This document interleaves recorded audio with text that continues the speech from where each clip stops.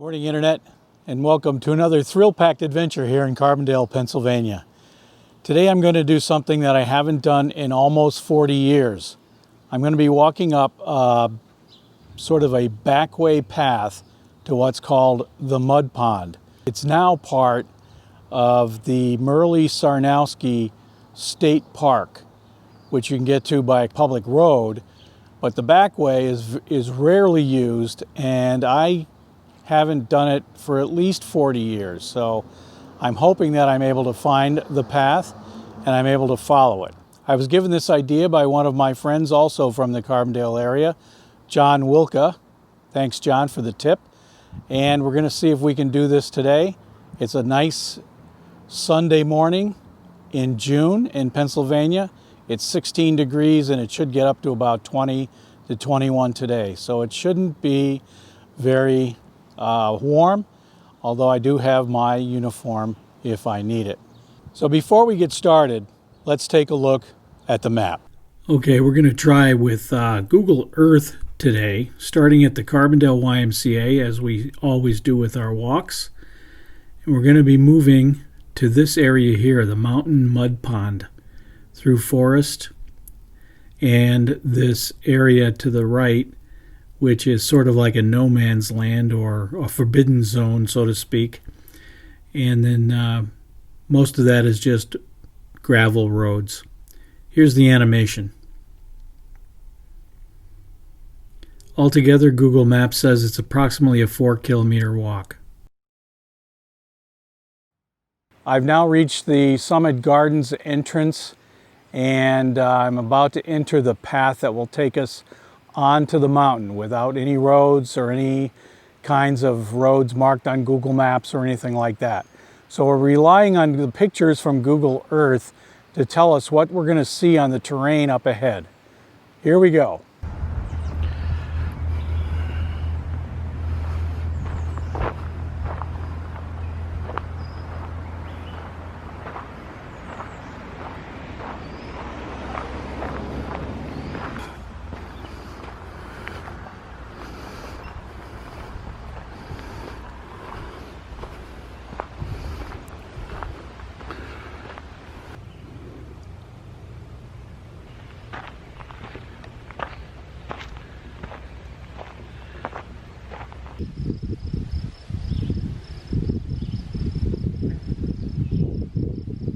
I'm pretty sure the ridge of trees that we saw on the map is right in front of us. So I'm going to continue along this pathway or this dirt road and see where it gets to. Keep in mind that when we get to this tree, we should see either a stream or at least a river bed that empties from the mud pond that we're heading to.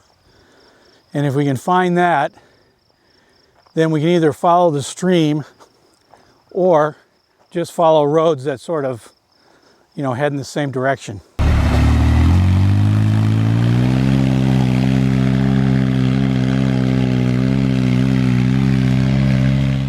That certainly is one way to get across, but it's not the way I'm going to choose this morning. So I'm going to check downstream and upstream a little bit and see if I can find a way to cross over there without getting my feet soaking wet. Okay, we made it across, but let's just say it wasn't pretty. So we're going to continue along this road and see if we're heading in the right direction.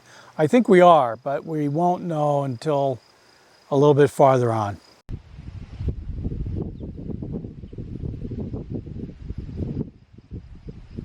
Unfortunately, this road seems to be heading parallel to where I want to be going. I really should be going up there, but I'm going to follow this road a little bit more in hopes that it might turn in that direction. This might be good. That road there that curves to the right also has a small path that goes up that steep hill to the left. I don't know what's up there. I personally think we've passed the mud pond. I think back at the river that we crossed or the stream that we crossed, that was where we needed to start heading up, because I know that river comes directly from the pond itself. But if I can make it up to the top, I'll decide what to do after that.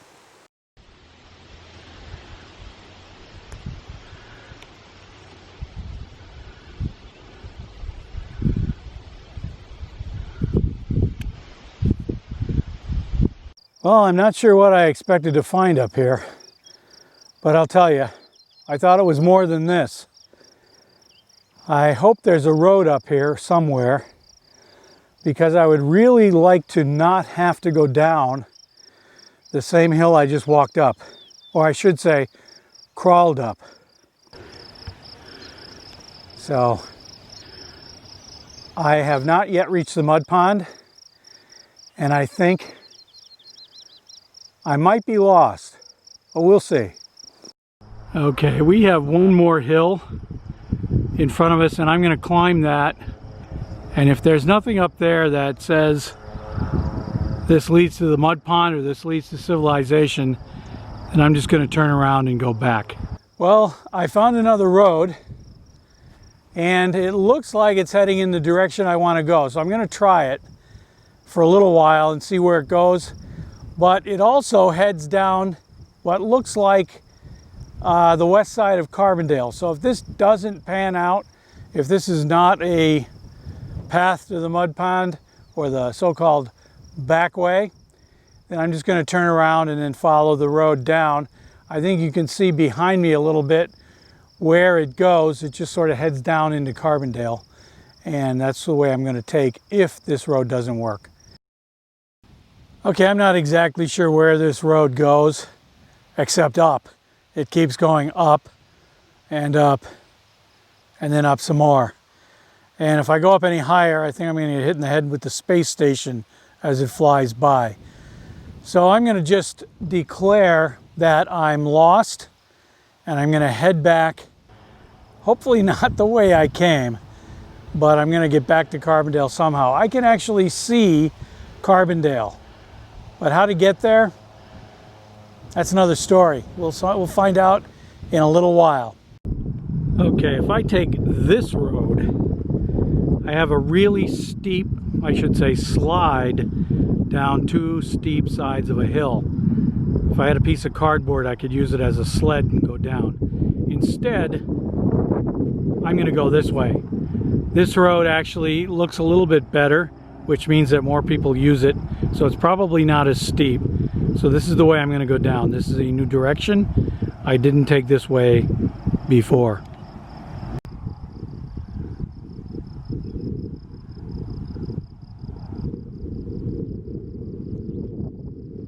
I have found a way down from those two ridiculously steep inclines that I had to climb up to earlier, and I'm now back on what some might call a civilized road.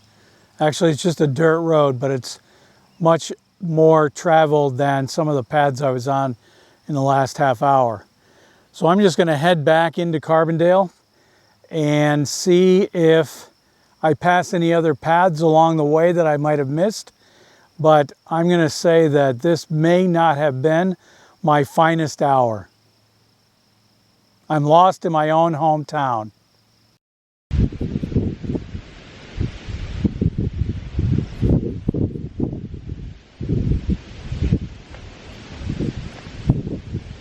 I'm now back near the Summit Gardens entrance to the path. So it's about 2 km back to the Carbondale Y, which is where we started. The rest of the walk is fairly easy, and at the end of the video I'll put a screenshot of our total distance. I don't have one of those fancy things on my phone that measures altitude, but it does measure distance.